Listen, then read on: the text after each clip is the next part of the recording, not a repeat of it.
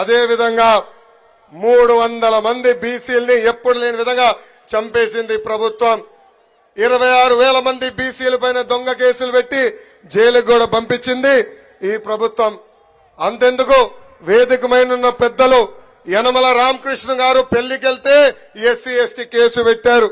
అయ్యన పాత్రుడు గారి పైన ఏకంగా రేపు కేసు పెట్టారు. కొల్లు రవీంద్ర గారి పైన, అదేవిధంగా అచ్చెన్నాయుడు గారి పైన కూడా అనేక కేసులు పెట్టారు. నిన్నగాక మొన్న నంద్యాల తెలుగుదేశం పార్టీ అధ్యక్షులుగా రాజశేఖర్ గారిని నియమిస్తే ఆ బీసీ నాయకుడి పైన 2 రోజుల క్రితం ఏకంగా రౌడీ షీటర్ కూడా ఓపెన్ చేసింది ప్రభుత్వం.